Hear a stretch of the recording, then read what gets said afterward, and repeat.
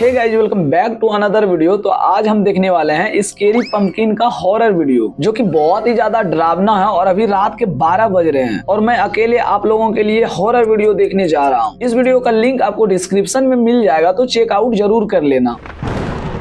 Okay, वो बरसात की तूफानी रात थी। ओके, पूरी रात बादल ऐसे गरजे थे कि लगता था जैसे आज नदी पूरे गांव को लील लेगी। भाई क्या इसी ही बारिश के वक्त साउंड है। भुवन के दरवाजे पर कोई गाड़ी रुकी और फिर दरवाजे पर जोरदार दस्तक होने लगती है। ओ भाई, पकाकर दरवाजा खोलता है ठीक तो है। सामने एक शहरी बाबू को खड़े पाता है। भुवन आप ही हैं? हम कोलकाता से आए हैं, SDM हैं, आज ही तबादला हुआ है। ओके, सामने खड़े अफसर भाई मुझे तो लग रहा है यही है। 57-58 की उम्र के झुर्रीदार चेहरे वाले भुवन बाबू भाई ने हाँ में गर्दन हिलाई रात के और समय हाथ जोड़कर उन्हें नमस्कार किया। कितना साहब, ही सरकारी डरावना चिट्ठी sound मिली आ रहा है। थी, लेकिन अभी तो बहुत रात हो गई है। अब बारिश का मौसम है, इस समय जाना शायद सही नहीं होगा। अब मैं अगर सवेरे चलूं तो? बाहर गाड़ी में परिवार साथ है, अभी इतनी रात में कहाँ जाएंगे हम लोग?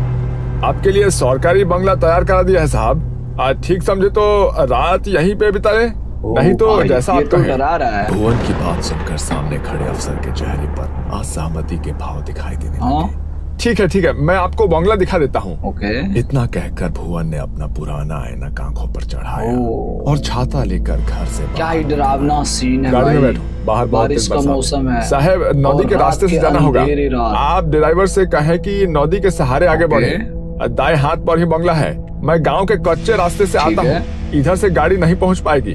भुवन की बात सुनकर अफसर ने हैरानी भरी नजरों से उसे देखा और ड्राइवर को गाड़ी आगे बढ़ाने के लिए कह दिया। ठीक है, अजीब आदमी है, इतनी बारिश में पैदल जाने को तैयार है, लेकिन गाड़ी में नहीं बैठा। वो बात नहीं है साहब, आप समझते नहीं है। गांव के लोग दिन ढले नदी पोखर नहीं ठीक टापते, है। इसलिए वो रात में आने को मना कर रहे थे। गांव की कहानियां तो जानते होंगे ना आप।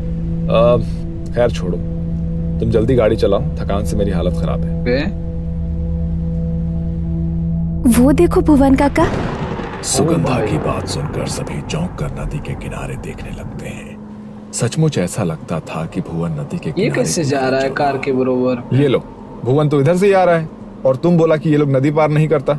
अगर इसी रास्ते से भाई आना था मुझे तो तो हमारे लग साथ रहा क्यों है नहीं ये आए? भूमन ही लेकिन ये पैदल कुछ इतना तो जल्दी है, इधर इसी कैसे में आए? ट्विस्ट तपन आएगा। ने फिर से गाड़ी से बाहर की ओर झांका, लेकिन इस बार बारिश मुझे की लग रहा है तेज यही- रफ्तार और यहीं पर गाड़ी कोई की ट्विस्ट स्पीड है। के कारण उसे स्पष्ट कुछ नजर नहीं भुवन आया। ही शायद। कुछ ही देर होता है। में वो लोग एक सरकारी बंगले के सामने खड़े हुए थे। तभी पीछे के रास्ते से छाता लिए भुवन भी वहां आ ओके। जाता है। भुवन ने बंगले का ताला खोला ठीक है। और तपन बाबू उनकी पत्नी और बेटी को बंगला दिखाकर खुद रसोई की ओर आगे बढ़ गए। काका, आप इतनी जल्दी यहाँ कैसे पहुँच गए? राइट हमने आपको सवाल। नदी के पास देखा था। क्या? सही बात मुझे? है। नहीं, मैं तो उधर गया ही नहीं, मैं तो पीछे के रास्ते से आया हूँ। हो सकता है हमने किसी और को देख लिया हो, अंधेरे में गलतफहमी हुई ठीक होगी। है। बंगला बहुत अच्छा है, कभी ऐसी जगह रहने को मिलेगा सोचा नहीं था। गांव से दूर एकांत में नदी के किनारे ऐसा लगता है किसी और ही दुनिया में आ गए। मंदाकिनी, सुगंधा, इंद्राणी और तपन को बंगला काफी अच्छा लगा था, लेकिन भुवन किसी और ही सोच में गुम था। उसे समझ नहीं आ रहा था कि आखिर इतनी रात को खराब मौसम में इन लोगों किसे ने देख किसी लिया? नदी किनारे देखा हो। ये लोग भी डरा मैंने हुआ चाय है। बना दी है, आप लोग पी लीजिए। मैं बाहर सर्वेंट क्वार्टर में हूँ, कुछ परेशानी ठीक होगा है। तो बुला लीजिएगा। और हाँ, एक बात और, बंगले से नदी का किनारा सुंदर जरूर दिखता है, लेकिन आप उधर ना देखें तो बेहतर होगा।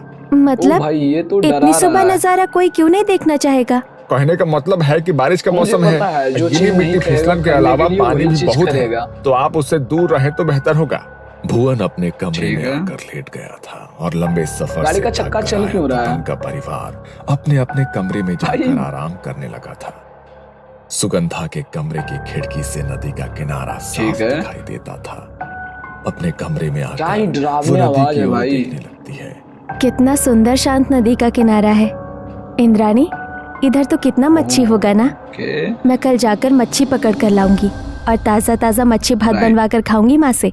लेकिन वो काका बोले थे नदी किनारे जाना सही नहीं है।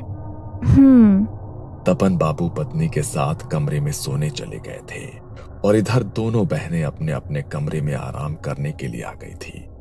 छोटी इंद्राणी तो बिस्तर पर लेटते ही सो गई थी लेकिन सुगंधा न जाने क्यों देर रात तक अपने कमरे की खिड़की से बाहर नदी के पानी में गिर रही रिमझिम बूंदों को देखती रही।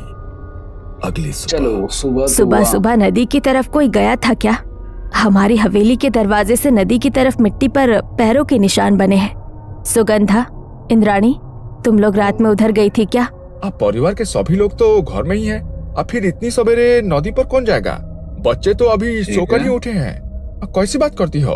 भुवन बाहर जाकर उन कदमों के निशानों को देखता है जो वाकई नदी के किनारे से हवेली के दरवाजे तक दिखाई दे रहे थे। ये किसी इंसान के नदी की ओर जाने के नहीं, बल्कि नदी से हवेली तक जाने का निशान है। क्या? ये कैसे हो सकता है? ये निशान तो... मैं जानता हूँ कि आप क्या कहना चाह रही हैं, लेकिन जिसके पाँव उल्टे हो उसके कदमों के निशान ऐसे ही न बनेंगे। भुवन के शब्द सुनने के बाद घर में सन्नाटा पसर गया था। सुगंधा और इंद्राणी काका की बात सुनकर घबरा गई थी। ये किस तरह की बात कर रहे हैं आप? अरे बच्चियां हैं, घबरा जाएंगे ना। बेकार की बातें छोड़िए और बाजार से कुछ खाने का सामान ला कर दीजिए, बच्चों को भूख लगी होगी। मंदाकिनी की बात सुनकर भुवन काका चुपचाप बाजार की ओर निकल जाते हैं। अगले 1-2 दिन ऐसे ही बीत गए थे। दोनों बहनों ने माँ के साथ मिलकर घर लगभग सेट कर लिया था। सुगंधा, इधर सुन तो जरा, जा बाजार से मछली लेकर आ। आज मच्छी भात बनाएंगे और कहीं रुक मत जाना, अंधेरा होने से पहले लौट कर आना है। ठीक है माँ, मैं जाती हूँ। 16 साल की सुगंधा घर से निकली तो उसे नदी के किनारे एक लड़की दिखाई दी जो हाथ के इशारे से उसे बुला रही थी। तुम भी यही रहती हो क्या? सुगंधा की बात सुनकर दूसरी लड़की ने रहस्यमयी सी मुस्कान के साथ उसे ऊपर से नीचे तक देखा और हाँ में गर्दन हिलाती। बड़ी बड़ी मुझे भी डर लग रहा है इस टाइम पर। मोटी चोटी, मनमोहक सा खूबसूरत चेहरा जिस पर से सुगंधा की नजर नहीं हट रही थी। कल मिलोगी, साथ में खेलेंगे। अभी मुझे बाजार जाना है मच्छी लेने, नहीं तो माँ नाराज होगी। की मच्छी? हमें माछ खेते चाहिए, मुझे मच्छी दोगी? अचानक ही सुगंधा के कानों में इंद्राणी की आवाज। किससे बातें कर रही हो? सुगंधा, ए सुगंधा, उधर क्या कर रही है? जल्दी यहाँ आ, मैं इस लड़की से बात कर रही थी। यहाँ तो कोई नहीं है। तुम्हारा नाम की? सुगंधा ने जैसे ही समझ गया भाई। गर्दन घुमाई तो देखा कि अभी वहाँ कोई भी नहीं था। सुगंधा को कुछ समझ नहीं आ रहा था। कहाँ गायब हो गई? वो सुंदर सी लड़की कहाँ चली गई? हैरान होकर वो इंद्राणी के पास आती है। उधर अकेले क्या कर रही थी? माँ ने तुझे बाजार जाने को बोला ना? हाँ, लेकिन मैंने अभी एक लड़की को देखा, वो मुझसे बातें कर रही थी, फिर अचानक पता नहीं कहाँ गायब हो गई। बहुत सुंदर थी, कह रही थी यही रहती है। बातें मत बना, कोई नहीं था वहाँ, अकेले में पता नहीं क्या बड़बड़ा रही थी उधर। अच्छा सुन, माँ ने बोला है आते हुए कुछ मीठा भी लेते आना, और हाँ थोड़ा जल्दी जाओ। सुगंधा जल्दी बाजार के लिए निकल गई थी, लेकिन बार बार उसके मन में उसी लड़की का ख्याल आ रहा था।